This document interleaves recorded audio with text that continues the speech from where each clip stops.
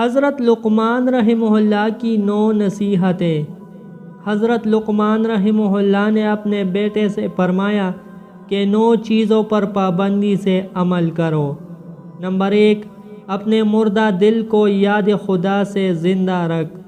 Number 2، مسکینوں کے پاس اٹھنا بیٹھنا کرو۔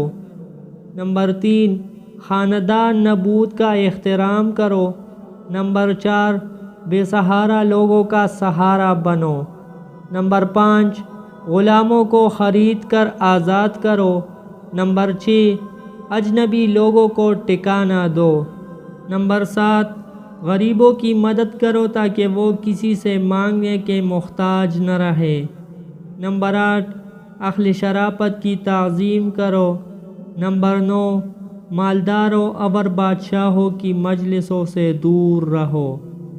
یہ چیزیں مال و دولت سے بہتر ہے اور خوف سے حفاظت کا سبب ہے، اور مرد میدان کے لیے سامان جنگ ہے، اور قیمتی سرمایہ ہے جن سے منافع عظیم حاصل کیے جا سکتے ہیں، اور یہ صفات اخروی خوف کے وقت نجات کا ذریعہ ہے، اور آخرت میں یہ رہنمائی کرنے والی ہے، اور قیامت کے دن پردہ پوشی کا کام دیں گی، جس دن کپڑے سے پردہ پوشی ممکن نہ ہوگی۔